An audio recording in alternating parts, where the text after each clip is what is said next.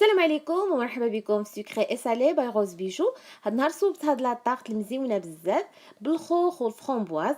كتجي لذيذه وراقيه في المناظر. نخليكم مع المقادير ومراحل التحضير.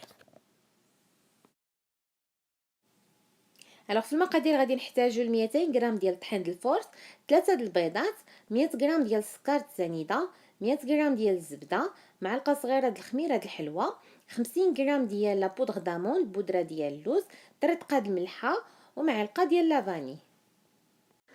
اولا في ان بول تنعمل السكر والزبده تنديرهم يطربوا مزيان حتى كيرجع الخليط كوم اون كريم. غير بالطراب ديال اليد، هنا ما تنحتاجوش شي للطراب ديال الضو. فاش كندمج الخليط مزيان تنزيد له البيض. عندي هنا 3 ديال البيضات، ما تنزيدهمش كلهم في نوبه واحده، كنزيد بيضه بيضه. كنزيد البيضه الاولى وكنخليها تخلط مزيان مع داك البيض والسكر، عاد كنزيد البيضه الثانيه، وكذلك من بعد فاش كندمج الخليط تنزيد البيضه الثالثه.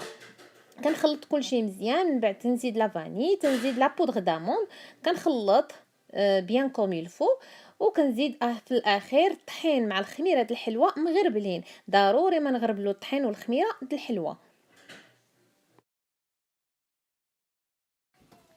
فوالا هذا هو الخليط النهائي. تنصبو في ان مول، المول ديال لاطاغط اللي مفرشه له بابي سولفاريزي اولا دهنه بالزبده ورشاه بالطحين.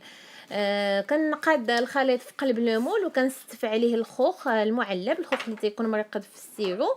تنعمل عليه دي فرومبواز كذلك.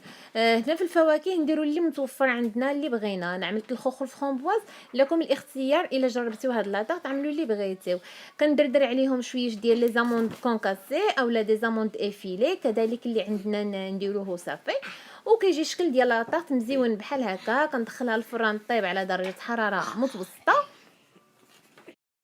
ما طاقتها هي طابت وخرجتها من الفران، كنديموليها ونزلها في صحن التقديم. الديكور ديالها جا مزيون بزاف، ولكن انا غنزيد ندردر عليها السكر كلاصي باش نعطيها ديكور احسن.